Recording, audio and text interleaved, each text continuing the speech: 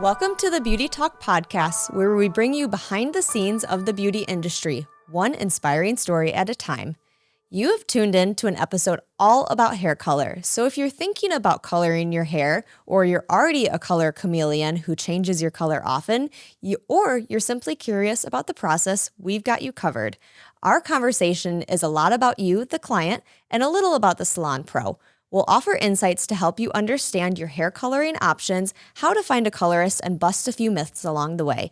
Today's guest is a true beauty industry icon, David Stanko, also known as Formula Boss. His career includes developing hair care, styling, and hair coloring products for both consumer and salon professional brands. David is an award-winning educator, author of Formula Boss's Volume 1, 2, and 3, and he's even directed and starred in his own educational series called Lifestyle Coloring, where he cleverly uses the geography of New York City, uptown, downtown, and midtown to describe client types, no matter where you live, that hairdressers should all be familiar with. He sees color clients in Los Angeles and occasionally in New York City. If there's anyone who knows a thing or two about hair coloring, it's David. This episode is proudly brought to you by G Skin and Beauty Institute, where the future of beauty begins. Hi, David. So excited to have you on today. How are you today? Hi, Becky. I am thrilled to be here to talk about hair and, of course, hair color. Yeah, so I want to jump right into it. Hair coloring is such an important topic. I want to start by how you would suggest somebody finds a hair colorist. What kind of things should someone search out? Sure. So in the world of salon world, there are hairdressers that specialize in color, or there are colorists only, which means they don't cut and blow dry and style. So first is to figure out in your area which one is dominant.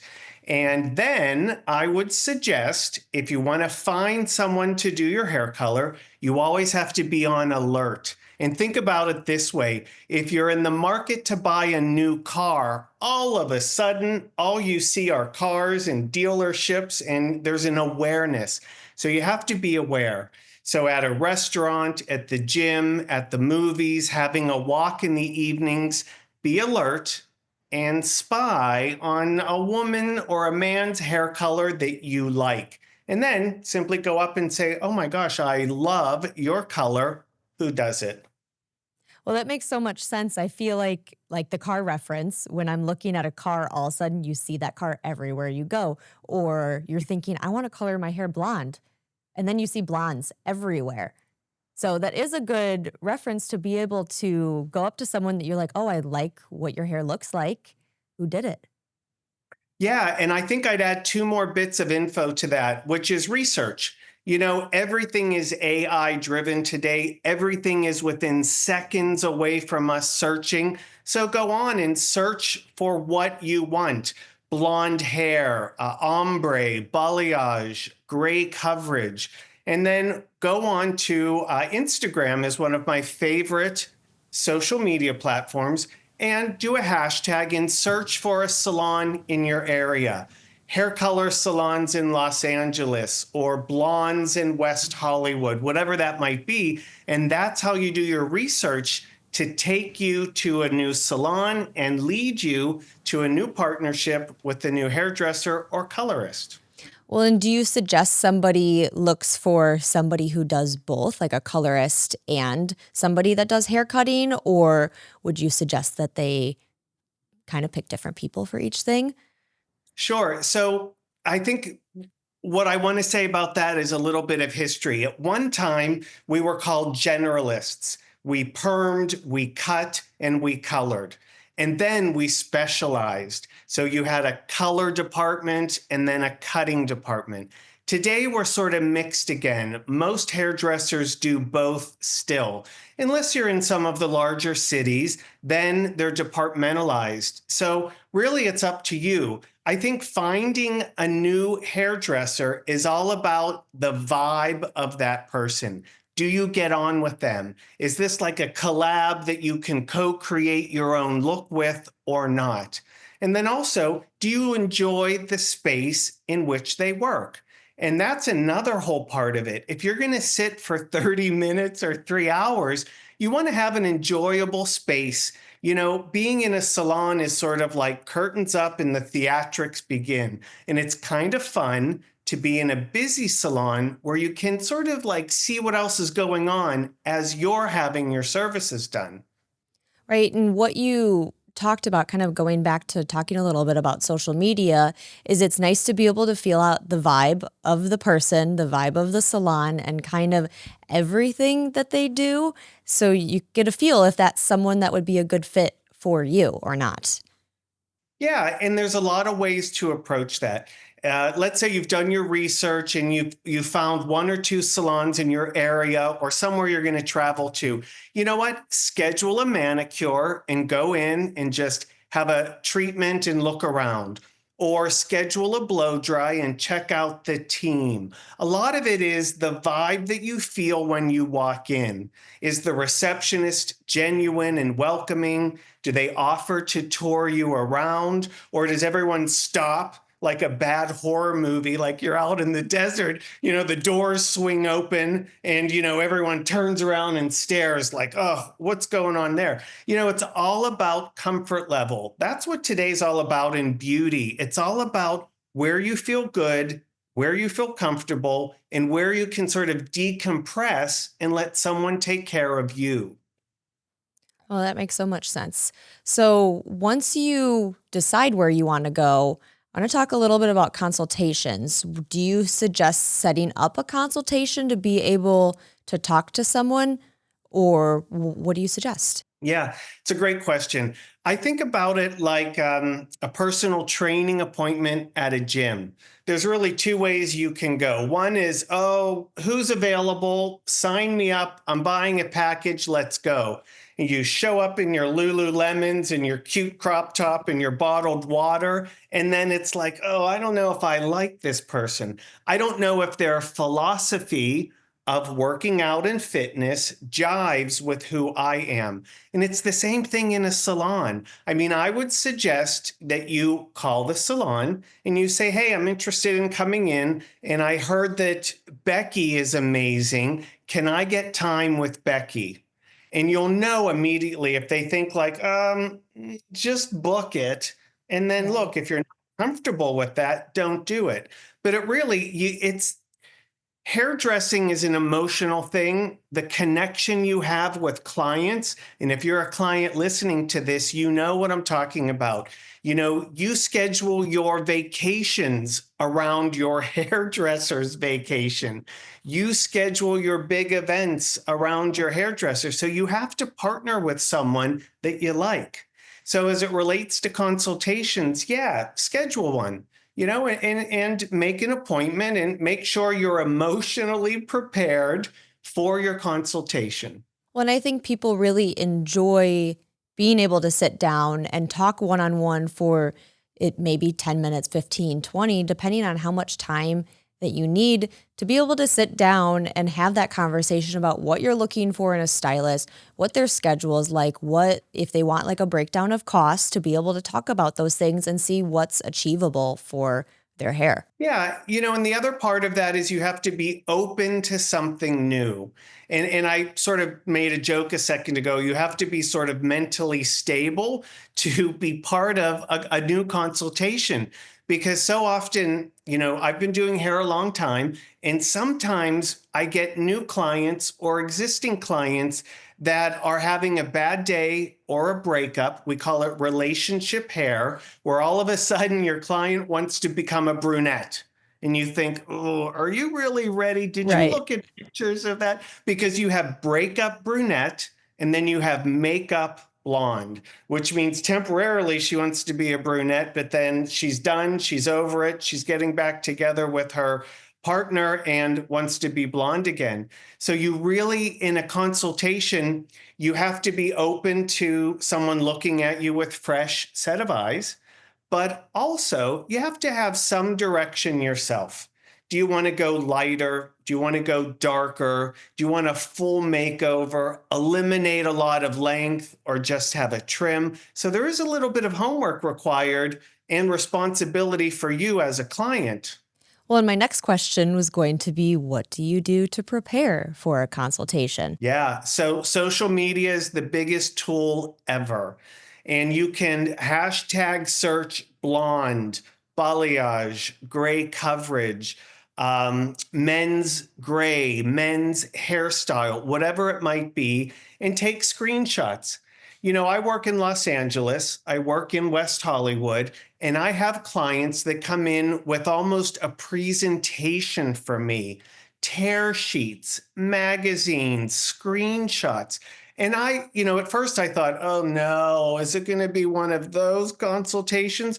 But I don't feel that way. I enjoy when a client comes in and they have a vision of themselves. They want to know legitimately, would this blonde work for me? What's the maintenance like? What's the upkeep? So I love it. So prepare by having some ideas, do some research on social and take screenshots, and then talk a little bit and then let the hairdresser respond. Well, and I want to talk a little bit about budget and stuff too. Do you feel like they should come in with something in their mind already of what they're wanting to spend on hair color, or is that something you typically touch on during your consultations, or is it kind of, I don't know, like does that something that happens? Yeah, it's sort of the ick factor when it comes to the finances of these things.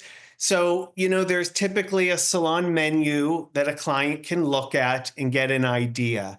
And today, most salons say that the price is X and up. Hmm. And the and up is not because we're looking to try to gouge you and make more money, but if your hair is this length versus this length, that's the and up part of the service.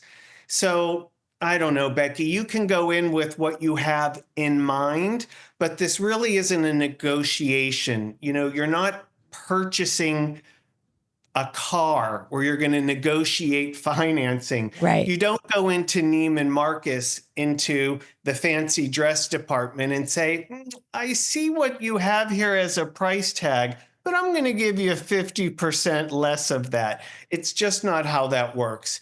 And the reality is you have a budget as an individual.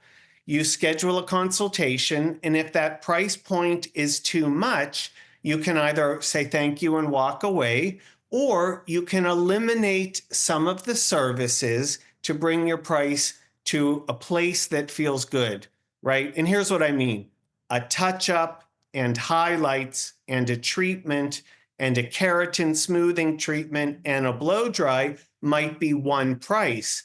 Well, maybe today you don't need the keratin smoothing treatment, and maybe you don't need the blow dry because you're just going home. So there's a way to have that conversation with the hairdresser. Well, it's nice that you're able to kind of break it down like that and be able to not adjust your pricing, but adjust the services that that client is getting that day to be able to match what they have, what works for their budget. I want to go back to social media a little bit. You were saying that it's a great place to find looks, find different inspo pictures. How real is the stuff that you see on social media? So, great question. Here's how you can tell if a photo is real. When you scroll through it and you look at it and you go, oh, why did they post that? That's a real picture for the most part. I know that sounds kind of weird and I might get some, hate. Don't cancel me for that. But, your question is legit. If it's a celebrity, if it's a fancy person, or if it's a younger Gen Alpha or Gen Z, they like to play with filters. They like to play with different things. So I don't mind that in part of the consultation because it gives me a sense of what that client's looking for. I can look at that and say, oh, is this what you mean by strawberry blonde? Or is this what you mean by sandy blonde, comma, that's a filter, right? Right. So that's the conversation. But, social media has been a deficit to us as salon professionals because it's 15, 30-second videos And it's someone that goes from your length, Becky, to this long, voluminous, big, loopy waves. And it looks as if that was done in a 90-minute appointment. Right. So it's a fair conversation to have for sure. I feel like a lot of us have the conversation with like the platinum blondes that people are like, I want this silver. And you're like, that's totally a filter, but we could get you as close to that as possible or have something that's realistic rather than something that is altered with editing photos. Yes, absolutely. I want to jump into talking more about hair color brands. Is that something when you're doing a consultation or you have a client coming to you, should that be something that they're concerned about is what brand of hair color you're using? Oh, that's a great question. I don't think that that's typically a question, unless you have a super savvy client that has achieved a particular look with the formula that they love, then they might ask if you carry that brand. But typically, I don't think it's I don't think it's that relevant. When I go to a restaurant, if I'm going to order coffee at the end of my meal, I order coffee. Right. But sometimes if I see we serve Lavazza Italian roast, I think, oh, I love Lavazza. I'm coming back. But I don't know. Have you ever ordered like an iced tea or an Arnold Palmer in a restaurant and said, what is the tea that you're going to be using today? No. Right. Right. So I that's really on the backside. Right. I do feel like some clients like to know that information just because they're curious, but like you said, I don't think it's important to them. That they are maybe just using it as a conversational piece or something like that, or they see something on social media and kind of want to compare what you're using to that. But like I agree with you that I don't feel like it's something that's on the front of or the top of their list of questions that they're going to ask. Listen, I'm happy to disclose to a client, oh, what color do you use? Well, I use la, la, la, la, la. Well, why? Well, I've been trained in it. I've been certified. I go to New York and take their classes all the time. That's the interesting part. And that builds some confidence with the client. But you're right. I mean, most clients don't say, oh, what are you using? And if you don't have X, I'm not coming to you. Mm-hmm. Well, and that kind of relates to talking about semi, demi, and permanent hair colors. That's something you might talk about in your consultation when you're talking about longevity of color, or like you said, the breakup brunette, the getting back together blonde.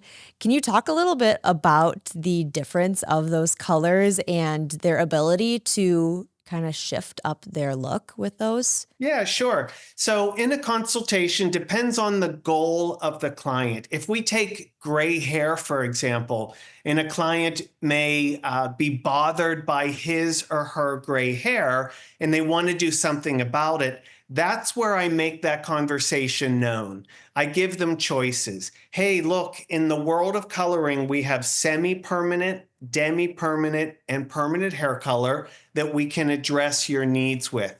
So the best way I've ever described that is someone, and if we use the example of gray hair for this purpose right now, it's sort of like crawl, walk, and run, right? If you just are new to this world, you might want to crawl or use a semi-permanent and impact the gray very little. Or you might want to walk, which is blending the hair with the demi-permanent, or you might want to obliterate that gray hair so it's not seen at all. And I need to use a permanent color for that. And that is a good conversation because clients will sometimes, and Becky, I know you've heard this before. I want my hair colored, but I don't want any peroxide. And you're like, oh, someone gave you some wrong information. Mm-hmm. We're going to have to bust that myth for you. So when I hear things like that, it's worthy of, touching on that semi-demi permanent thing. Right. And talk a little bit more about covering gray. So you're saying that with the permanent color that's full coverage. What if someone's just starting out? Would you suggest that they start with full coverage, or would you suggest that they start with like a demi or a semi? Yep. So great question. And that's part of the consult. Where are you? What are you looking to do? If we fully cover your gray, you're going to have to come back to me every 4, 5, 6 weeks. Um, if you're super blonde and you're super gray, you might be able to maintain a blonde and get away with like 8 weeks or so. So it's a fair conversation. And some customers have it set in their mind, I hate the gray. I don't want it. I want it gone. Okay, well, we can do that with permanent color. Here's your maintenance. Here's the cost every 4, 5, 6 weeks. I have a client, I can't mention her name, but it's Mary. And Mary has a very unique ginger hair color naturally. And I've known her for several years, and she's starting to get a little bit more gray, a little bit more gray. And I've been blending her gray with a demi-permanent hair color. So it doesn't have the ability to lighten, it doesn't have the ability to dramatically change, but it has the ability to deposit and blend away her gray. So we have this whole conversation about discrete and blending. And the past couple times Mary comes in, she says, I think I want to cover it. Oh, why, Mary? I said, I'll never be able to replicate this interesting ginger tone that you have naturally with permanent hair color. You know how difficult that is. If you're a natural redhead, it's tough to match it exactly. And she says, well, my mother always is saying to me, you should do something about that gray. So, this is an interesting chit chat because sometimes we do hair not for the person, but for the person's family or mother or partner. And it's sort of like, hang on, Mary, and then Yeah. I just sort of zone in on like, hey, let's stick to the demi. And I'll give for the salon pros that are listening, I love using a demi permanent color to blend gray. Here's what I do. I apply it, I process it, then I rinse it, lightly cleanse and blow dry, and then do a second application of the same formula, but now I add clear into it. So what I'm doing is like double dipping my ability to blend gray, staying with the demi, but not going too dark or changing the tone very much. Why does layering it make a difference with blending? Yep, great technical question. So you can leave a demi permanent on for about 20 minutes. Sometimes, we leave it on 30 minutes. Beyond that, it's not going to deposit anymore or bring you any more gray blending or coverage. So sometimes you got to process it by the instructions written, 20 minutes, and then rinse it, cleanse it, dry, and then do another application and go again. Think about it like when you get a manicure. If you do one coat and then you do a top coat that has just a hint of tint, you might have greater longevity on your nails. That's a really good tip. I think I'm going to use that in the salon myself. I like that one. For us, or for the people who aren't professionals, what advice do you give to people who want to color their hair at home? Is it something that is okay to do themselves, or do you suggest always going to a salon? Oh my gosh, here's where I get canceled. But here's the reality, Becky. Clients have different needs and have different situations that suit them. Some customers or some people do a really good job with store-bought hair color themselves. For example, men that have a gray beard, they do a pretty good job of blending out their gray. And those products have all sorts of new tools and wands and markers to help the guy blend his gray. Now, Do I want to book an appointment for a gray beard blending situation? No, primarily because the products that I have in the salon are not meant to be applied to the face. Uh-huh. But the products that that guy has access to in the grocery store, the drugstore, they're specifically formulated to be able to touch the skin and minimize any kind of irritation. So that's an important distinction. And there are women that do a really good job coloring their hair themselves. And I have a relative who's really gray, and she is the most deep coffee brunette, and it looks terrific on her, but she's very gray. So in 2 weeks or 3 weeks, there's this new trend called ghost roots. I don't know if you've seen that, where it's like you bleach out the roots and you Yeah. let off the hair so Uh-huh. that from a distance it looks like, your hair doesn't start until like 3 inches out of your head. But for my relative, her gray comes in really fast and it's very, very obvious. So she does it herself and she does a pretty good job. So I don't mind in cases like that. Now, I will say the following. Sometimes when you color your hair yourself at home, you have to be careful that it doesn't get too dark on the mids and the ends. And when you're out in the sunlight or driving in the car, you can see chocolatey brunette or coffee brunette gradually getting darker, darker, then the ends get too dark. That's never a great look. And you got to get ahead of that before that happens. I know it's a long-winded way, but it's like so controversial in the world. Like, should I color it myself or go to the salon? As a salon pro and as someone who's developed hair color in both worlds, it really depends on what you're doing.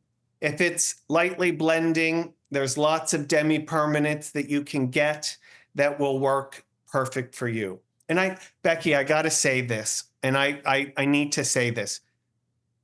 As a hairdresser and as a salon pro, you really should know about the brands that are available in the drugstore and in the supermarket. You should know about them because here's the reality. At some point, you're going to be away for the holidays in a state that you don't live in. And it's going to be 6 o'clock in the evening before a big holiday, and your cousin's going to say to you, please, will you cover my gray, please? And the only thing open is, Kroger's or Aldi. I don't even know the grocery stores. So you need to know about what's on the market because you're going to be asked at some point. So you're okay with a client coming to you for gray coverage, doing some at home, coming to you for gray coverage, kind of like going back and forth with that is kind of what it sounds like? Or is it more so just you always do it at home or you always do it at the salon? Yeah. Oh, boy, you're pushing back Yeah. now on some good questions. You know what? In the world of hair color, there is the salon goer, there's the at-home goer, and there's what we call the dualists, the customer that does both. Now, it's not optimum for me or ideal that a client will do it herself for a while, then come to me. Oh, what? That's not ideal. What I'm saying is there's going to be a time that a client can't get into me and they're going to call and say, I can't see you. I have a big event, a big wedding. What should I do myself? And that's what I mean by having an awareness of what's out there. I can say, look, go buy 6 gold from Clairol and just touch up around the face because I know hair color and I know that that will blend it enough to where she'll feel comfortable to put on a fancy dress and go to the wedding, but it's not going to screw me up when I see her again for her real appointment. Right. So I think it's a case by case. Yeah, that makes sense. And I know it's something important that you have to talk about during a consultation, whether there's someone who has done that, if they've done at-home hair color versus professional hair color. It kind of makes a difference in how you go about lightening the hair, coloring the hair, and doing all of that. I want to touch on a little bit about clients aging. Do you recommend for clients to lighten their hair color or darken their hair color as they age, as they get grays? What do you suggest for that? Oh boy. Well, I believe when a client reaches a particular life stage, you have a choice. And I'm ever reminded of my mother who would say, "Oh, she looks so hard." And I would think, "Oh, what does that mean?" And my mother was saying that as a woman, progresses into a different life stage, if she keeps her hair too dark, it's aging for her. Remember, like colors attract. So if you have dark circles under your eyes, or you have flaws of different age spots on your skin, and you have dark hair, then dark plus dark plus dark isn't so terrific. Now, the only wild card to all of that is if you have a specific look, right? Like you're so fabulous and so chic that super dark hair, crazy wild hair is your look, then you can get away with it. But I think in general, it's nice to sort of lighten up a little bit as we progress through different life stages.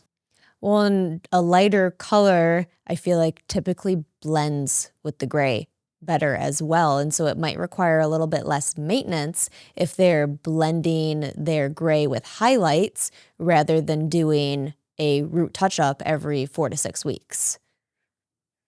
I think that's a fair point. If someone is sort of like level 6 and lighter or dark blonde and lighter. And what I want to be clear, especially if you're not a hairdresser listening to this, I'm not suggesting that you are a brunette and then once you reach a certain age, you become blonde.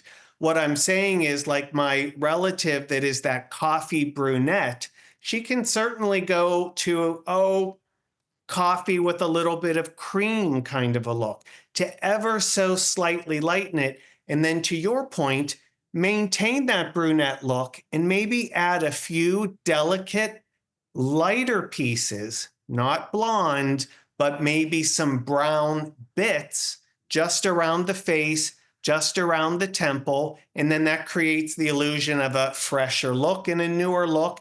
And then what you were saying, Becky, that it sort of is like camouflaging the grow out a little bit differently. So you don't have, white and then dark. You have some midtones in there that can create the illusion of a little bit of a softer look. When I like what you're saying, I feel like it's very important for us to feel like ourselves, that it can be hard to make a big transition, especially when you're already going through the changes as you age, that things might be a little bit different. And so you don't want to not feel like yourself, feel like a different person. So I like what you're saying, to just make little changes rather than a whole big change from going from light to dark. How would you suggest somebody chooses a hair color based on their skin tone? Oh my gosh. I love this question. I don't think that I have the answer. And here's what I mean. Books have been written about I'm a spring, I'm a fall, I'm a winter. Yes to all of that, but also, as a salon pro, like as a hairdresser, I think that part of the equation is your experience level. They say the first 500 heads are the most difficult to like nail. And I think what we experience is what looks right and what doesn't look terrific on someone. There are some general rules. If you have pink in your skin or red in your skin, you might not want to be a ginger or a redhead because, like I said a few minutes ago, like colors attract. So if you're, an auburn here with lots of pink in your skin, it might be overkill of warmth. So how do you pick? I think at some point in your life, you know what colors look good on you in terms of wardrobe. I have some olive complected clients that look really good in bright orange or purple wardrobe colors, and that complements their skin. So I know this is like a roundabout way of like trying to, what looks good on you. Um, this is part of myth busting too. There are things where hairdressers will say, well, let me stare at your eyes. Oh, I see golden flecks in your eyes, so you can wear gold. Maybe. I Mm-hmm. mean, maybe. I'll give you the default I always go to is I ask the client, what was your hair color as a little kid? Oh, everyone knows. Oh, I was a towhead. I was white blonde. Okay. And then my next question is, when did it start to go darker? Oh, I don't know, maybe high school. Oh, did you color it in high school? Oh, yeah, I did sun in or I highlighted it. So I ask those questions to get a sense of the comfort level of the client, but more important, that nature is rarely wrong. So if someone grew up as a brunette, and they played outside all summer and they had auburn tones in their hair, chances are they're going to be able to handle some warmth or chocolate in their hair as an adult. Not only will it look good on their complexion, but they're sort of used to seeing that. And those are all questions that get revealed in a consultation. I really like that. I know further on with my own clients and stuff, we'll talk about that later on. Like, oh, what color were you as a kid? Or a lot of my blondes will be like, oh yeah, I was so blonde as a kid, and now I'm like this color. Like this is how light I was when I was a kid, but now I'm this. And we'll talk about that. But I like bringing that up in the consultation, bringing that up from the start. I really like the idea of that. It's also a great way when it comes to highlighting hair. I enjoy doing highlights on a customer that has that little girl at the beach look, which we know as hairdressers as balayage, Mm-hmm. right? It's a little rootier. It starts on the mids, it gets brighter on the ends. But when you look at little kids' hair, boy, girl, blonde, brunette, the way it just subtly enhances a natural color is really dynamite. Yeah, I always love that look, especially the blondes. I feel like I see that so much in little kids that have blonde hair that they're just slowly getting darker at their root.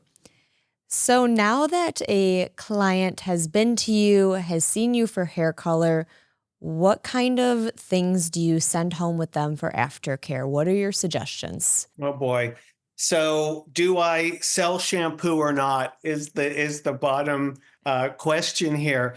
You know, there's two parts to this which I think are important to address. First is if you're going to spend 3 hours in the salon and pay a bit of money, you need to have a safeguard of your investment, right? And it's just like clothing. If you go to Neiman Marcus and you buy a fancy blouse, do you just throw that in the washer? No. The label says, dry clean only, wash with light colors, do not tumble dry, air dry only, etc. And it's the same thing with hair. You spend all this time and all this money, you want to safeguard. The reality is that products in the drugstore, grocery store, etc., they are created for the mass market. They're created for the most the common denominator of who walks into the store. Now it doesn't take into account texture of hair. Was your hair sort of sensitized to begin with? How careful do we need to be? I have more control when I recommend the professional products. Typically, those ingredients are a bit of a higher quality. They're assembled in a way that are more specific and targeted to be color safe, to provide volume, to allow your blonde to stay a little bit longer. So best case scenario, I'm going to recommend the whole regime for you. And then, much like we talked about a few minutes ago, you can pick and choose what works for you. Remember, and I always say this, when you get fresh color done, I advise you to skip a few shampoos. I want your hair to settle. I want this new color job to like chill for a minute before you go home, stand under a hot shower, go to the gym, go to the steam room. Just let it set for a minute, because one of the biggest offenders of hair color is hot water and hot tools. So just relax a little bit. But to be direct, I know I give all this information, but to be direct. We love all the information. Good. To be direct, yes, I would like to recommend for you specific products based on what I know about your hair texture and the coloring we've done and the maintenance that you enjoy. Yes, I will recommend products. So the question is, do I have to spend X on a shampoo and treatment? Chances are, yeah, until we get your hair to stabilize or in a different condition. Well, and that's the whole reason that people come to us, is to get those recommendations, because you're the expert. They want to know what advice you have for them, not just with coloring their hair, but cutting, styling, what products to use, how to make their color last longer. And I think those things are really important to educate your clients on, instead of just, I'm just going to sell you this product. Like, no, you want the best for their hair. Yeah. And you know what? It's a problem solution situation.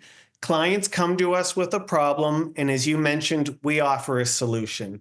And that solution is the technique and the gray coverage. But the other part of that is maintenance. It's your at home. What are you doing once you leave me? So I'm with you 100%. Yes, yes. Lastly, I want to talk a little bit about your work with celebrities. Oh, no. I've been excited for this one. Oh, no. One of my least favorite things to talk about. It can be kind of hard to talk about yourself and all the amazing things that you've done.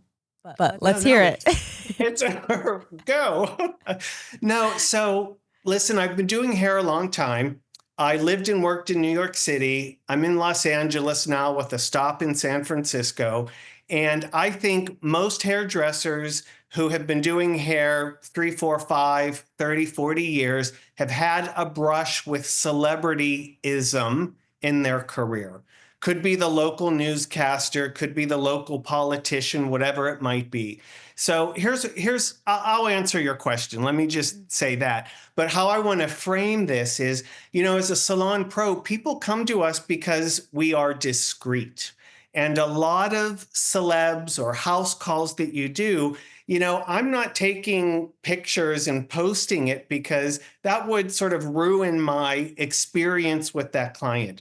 A lot of people just want to have a really sort of chill moment, okay? But I can tell you about some of the folks I've met along the way, and I may or may not have done their hair. How about that? Okay. Here's what I'll say, which is kind of fun. When I lived and worked in New York City, I worked for Redken. I worked for a big brand for many years, and my job was doing all the hair color on all of the models for the trade campaigns, for the magazines, et cetera. So we did a lot of really big models. And this is actually a fun story. Molly Sims, who some of you may know, and if not, give her a little Google. She came to us and I was consulting with her using all the things that I just mentioned. And we're sitting on Fifth Avenue, 5th and 47th, and it's all windows. And I said, Molly, before you came to me, have you ever had your hair highlighted? What was your hair like before? And she looked around for a second, and then just out of nowhere, she said it was like that. And she pointed to a bus driving down Fifth Avenue with her on the side of the bus in a photo shoot. She said, that's great. I thought, this is amazing.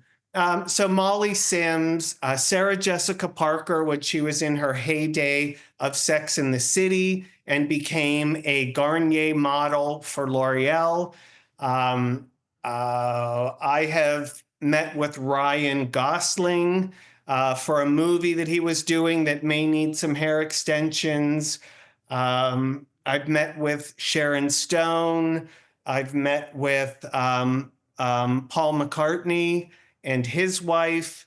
I have met, who else? There's a client, Maren Hopper, who is Dennis Hopper's daughter, who has become a good friend, and I know she's a pretty fantastic.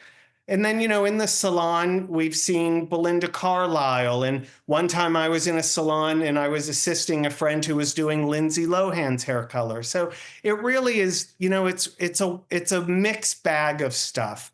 And I have friends here in LA that just are on the celebrity circuit. And you have to be at the beck and call to do Jennifer Lopez, to do Shakira, to do Beyonce. Your whole life has to revolve around being there for them. And I always took a different pathway. I was always teaching or developing hair color behind the scenes or working part-time in a salon, and didn't embrace that particular method of celebrityism. But I have lots of friends that do all of the A-listers here in LA. Yeah, that's really fun. I bet it's pretty cool to meet some of those people and be able to work with them. But I really like what you said about it's about them. It's about them coming into your space or you coming into theirs, and it's their moment to like relax and take a breath. And you said that just about anyone in general, that I feel like that's all what it is about, of coming in, feeling good, getting your hair done, being in a comfortable environment, and just really walking out feeling like the best version of yourself. That's you said that so excellent. And at the end of the day, honestly, it's not about me. It's about the person sitting in my chair. And I learned early on that I can be a star in other parts of my life, but when that customer sits and they're humble and I'm touching them, it's all about them. They are the star. And I never want to get that confused. Well, today you are the star. I've enjoyed having you on so much today and being able to chat with you. So thanks for joining us today. It's my pleasure. I love doing stuff like this. My intent is to try to deliver a message which is sort of fun and interesting, that that just random people want to listen to, and that also hairdressers might say, "Oh, that was interesting. I think I'll take that on for my daily work in the salon." Yeah, I love the approach today with being focused on the client, but also little bits and pieces. Like there was the one thing about the demi-permanent hair color that I'm going to take home and use in the salon myself. I'm excited to try that. What a colorful conversation with David Stanko. We hope you found it to be fun, entertaining, and helpful as you think about or continue to color your hair. Thank you, David, for your time, talent, and dedication of being client-centric in your approach. You can follow David on Instagram at @DavidStanko and send a DM to book an appointment with him the next time you're in Los Angeles. If you thought today's episode on coloring your hair was helpful, make sure to follow us and share it with someone who will appreciate it like you did. And a special thank you to our sponsor, G Skin and Beauty Institute, dedicated to shaping the next generation of beauty professionals. Learn more about their programs and locations at gskinbeautyinstitute.edu. Until next time, stay inspired and keep creating, because beauty begins with passion.